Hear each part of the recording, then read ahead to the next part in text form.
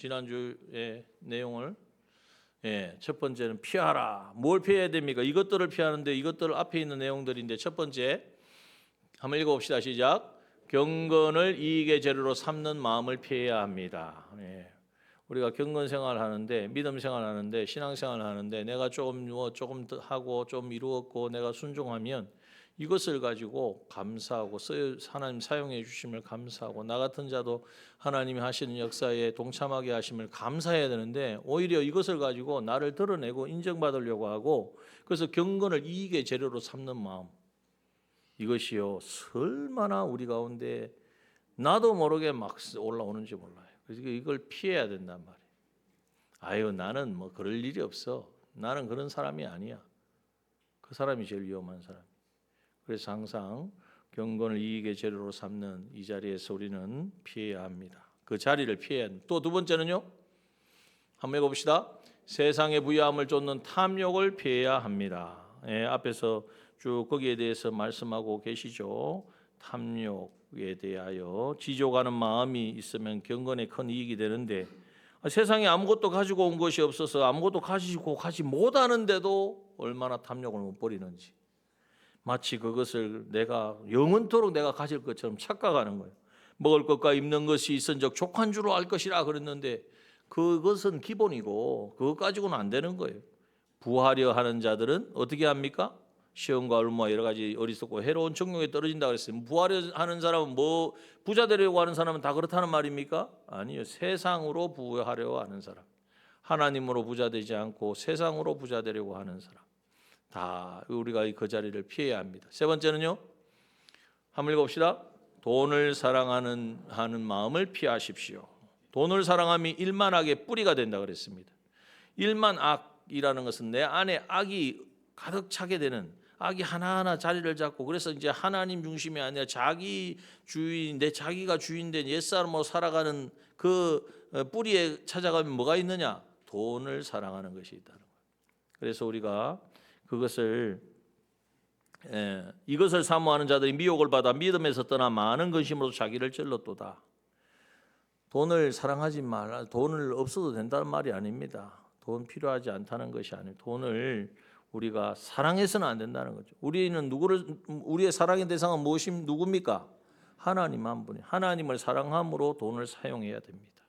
하나님 사랑하는데 돈이 필요하면 그 돈을 이제는 내 수입으로 얻기 위해서 열심히 힘쓰고 노력하는 거예요. 이것이 바로 되지 아니하면 우리는 오히려 그것으로 찔렀도다. 근심으로서 많은 근심으로 자기를 찔렀도다. 이것을 반드시 기억해야 합니다. 그래서 이것을 피하고 의와 경건과 두 번째는 쫓으라, 따르라 이렇게 말씀하셨는데 뭘 따라야 되느냐? 의와 경건을 쫓아야 됩니다. 이것은 하나님에 대한 성품, 하나님에 대한 것을 말합니다. 하나님과의 관계에서 의와 경건을 따라야 되고 두 번째는요. 믿음과 사랑, 이거는 이웃과의 관계에서 믿음과 사랑을 실천해야 됩니다. 믿음이 있으면 그게 뭘로 표현되어야 되느냐는 사랑으로 표현돼야 돼요. 믿음이 있는다 하고 다른 사람을 아무도 사랑하지 않아, 섬기지도 않아, 희생하지도 않아, 내 것은 절대 손해보지 않아. 믿음이 있는 걸까요, 없는 걸까요? 예수님이 우리에게 보여주신 분은 무엇입니까? 하늘 권세 다 내려놓으시고 이 땅에 오신 거예요. 그죠? 하늘 권세 다 포기하신 거예요. 근데 우리는 나는 절대 손해 안 보고 난 내 것은 내놓지 아니하고 어떻게 하든지 나는 손해 안 보고 나는 내놓지 않고 나는 나를 포기하지 않고 뭔가를 이루려고 하는, 특히 우리가 주의 일을 할 때에 그렇습니다. 나의 것을 다 드려서 하나님이 이때에 쓰라고 이때에 나를 사용하시려고 주신 것인 줄 알고 하나님이 주시는 감동을 따라서 순종하고 드리고 하는 일을 우리는 훈련을 해야 됩니다. 쫓으라, 따르라 그랬으니까 반복해야 된다는 이야기죠. 또요, 인내와 온유를 쫓으라라고 말씀하고 있습니다. 인내와 온유는 내면의 성숙을 말합니다. 그래서 대표적인 사람이 누구였습니까? 이삭을 말씀드렸죠. 이삭은 그냥 이삭이 마음이 좋아가지고 이래가지고 뭐 내놓으라 그러면 내주고 이게 아니에요. 하나님을 믿고 하나님을 인정하고 하나님이 나와 함께 하시면 이 믿음을 가졌기 때문에 이삭은 얼마든지 인내와 온유를 베풀 수 있었습니다. 자, 오늘 네 번째를 하려고 하는데, 세 번째는 뭐냐? 오늘 본문의 12절에 보면 믿음의 선한 싸움을 싸우라 그랬습니다. 믿음의 선한 싸움.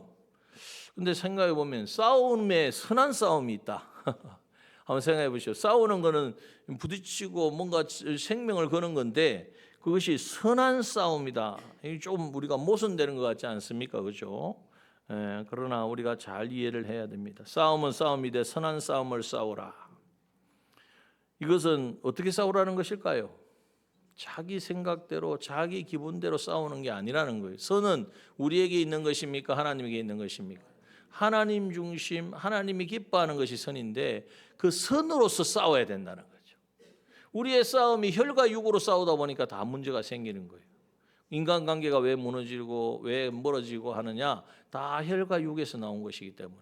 그래서 우리가 선한 하나님의 방법으로 싸우라 말씀합니다. 로마서 12장 20절. 그래서 우리는 어떻게 해야 되느냐? 싸우는 원수를 어떻게 대해야 되느냐? 로마서 20장 20절 21절 한번 읽어봅시다. 시작.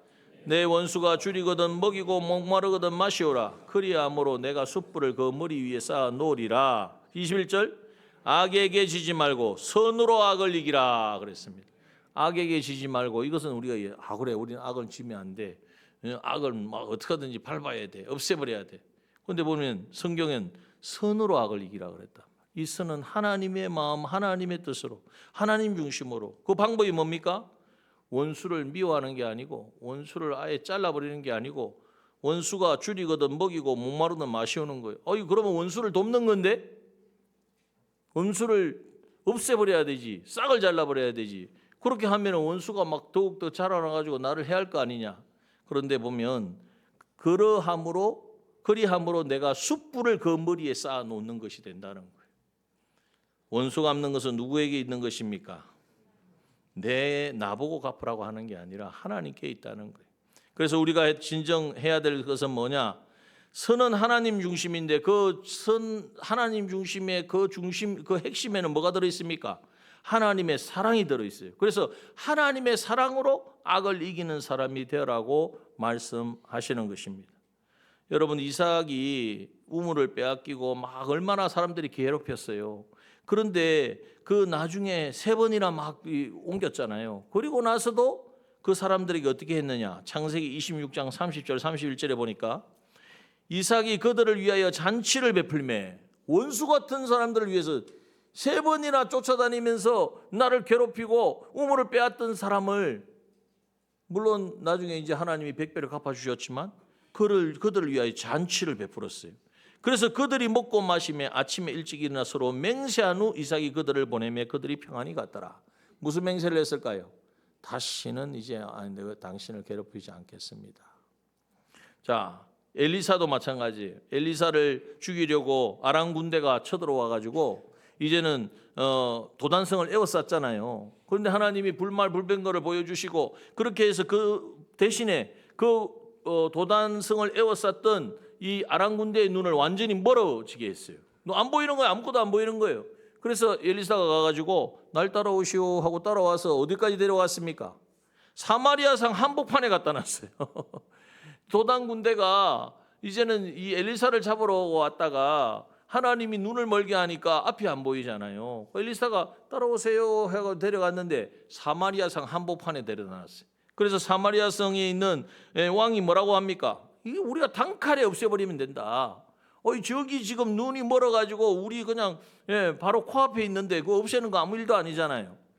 그런데 열왕기하 6장 20절에 보면 다 읽으면 그런 거 23절 열왕기하 6장 23절에 보니까 왕이 위하여 식물을 많이 베풀고 저희가 먹고 마시고 놓아 보내니, 왜 이렇게 했냐면 거기 22절에 보니까 엘리사가 치지 마소서 칼과 활로 사로잡은 자인들 어찌 치리까? 떡과 물을 그 앞에 두어 먹고 마시게 하고 그 주인에게 돌려보내소서. 엘리사가 그 말을 했기 때문에 왕이 그들에게 먹을 것을 주고 돌려보냈어요. 결과가 어떻게 됐냐? 열왕기하 23장 끝에 보니까 이로부터 아람 군사의 부대가 다시는 이스라엘 땅에 들어오지 못하니라 그랬단 말이에요. 그러니까 우리는 당장에 적이니까 원수니까 죽여야지, 없애야지, 그래야지 내가 승리하는 것이고 하나님이 기뻐하시는 것이고 생각할 것이 아니라 자꾸 내 기준으로 모든 것을 판단하려고 하지만 하나님이 어떻게 여기실까? 하나님은 무엇을 원하실까?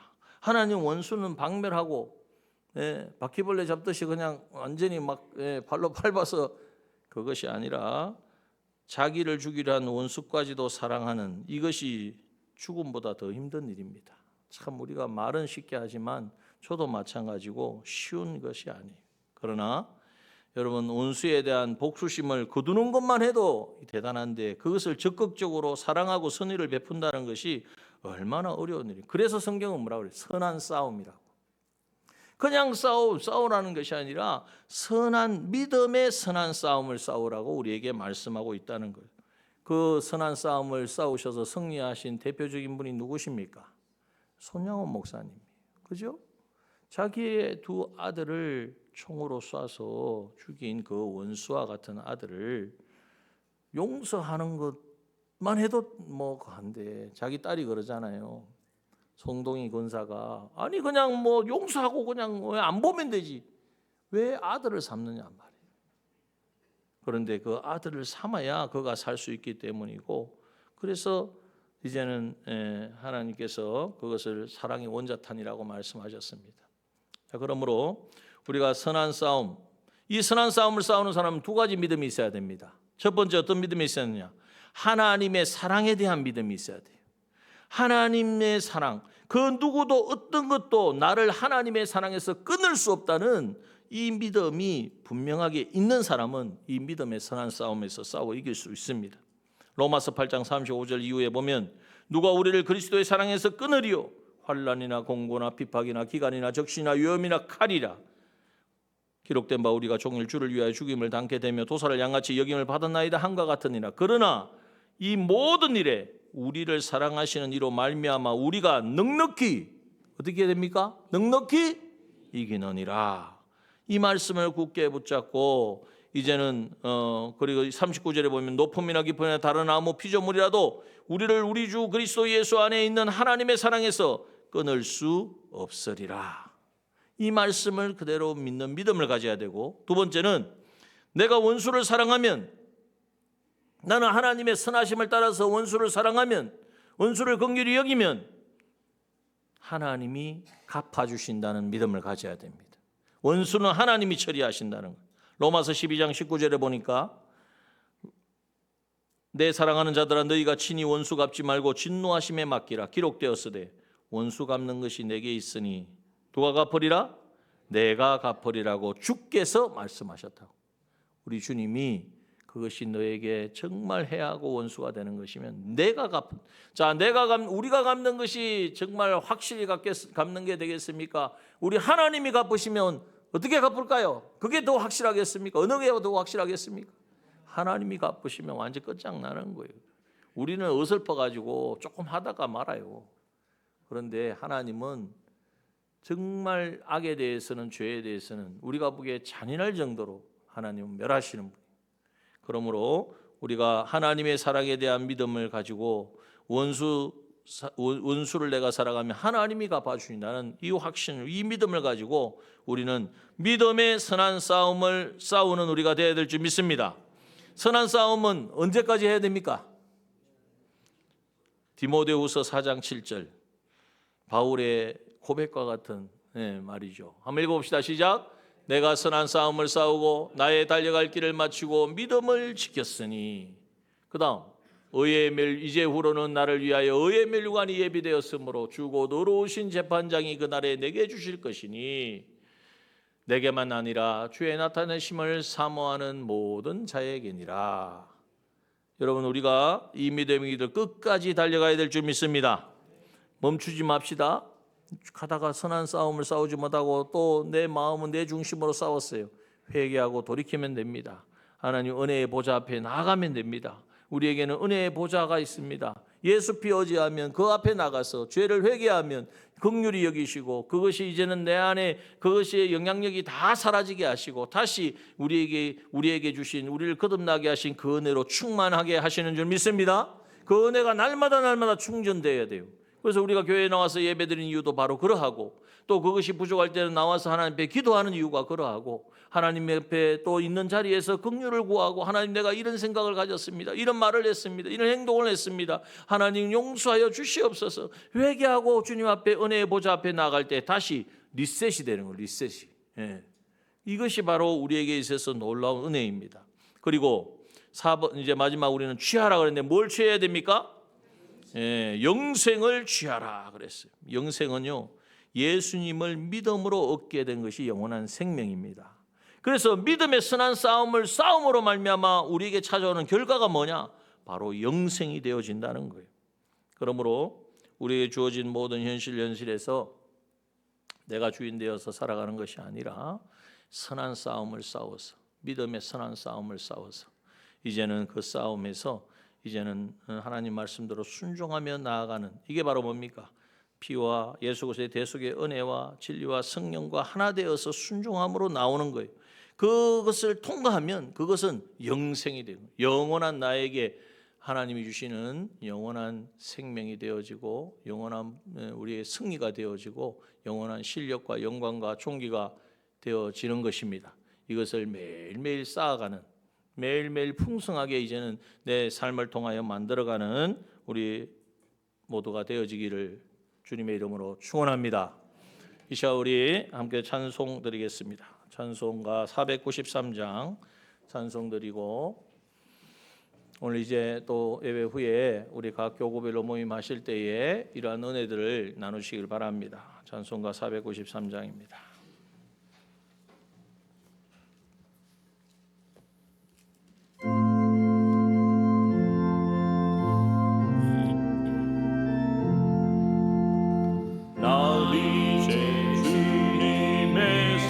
생명 얻어모 옛 것은 지나고 새 사람이로다. 그 생명 내 맘에 강같이 흐르고 달처럼 내게서 해같이 빛난다. 영생을 맛보며 주 안에 살리라. 오늘도 내일도 주 안 우리 4절로 찬송은 4절입니다. 주 따라가는 길 험하고 멀어도 찬송을 부르며 뒤따라가리라. 나 주를 모시고 영원히 살리라. 날마다 섬기며 주 함께 살리라. 영생을 맛보며 주 안에 살리라. 오늘도 내일도 주 함께 살리라. 기도드립니다. 이제는 우리 주 예수 그리스도의 은혜와 하나님 아버지의 그 무한하신 사랑하심과 성령의 내주 교통 인도하심의 은총이 하나님의 사람으로 언제든지 쉼없이 은혜의 보좌 앞에 나아가 이제는 하나님이 주시는 그 모든 은혜와 복을 받아 누리며 우리가 더욱더 회복되어지고 치유되어지고 새 사람으로 하나님의 사람으로 영생을 취하는 자로 살아가기를 소원하는 여기에 모인 주의 사랑하는 우리 믿음의 권속들 위해 또 우리 남정의 모든 믿음의 지체들 위해 지금부터 영원까지 함께 계시기를 축원하옵나이다. 아멘.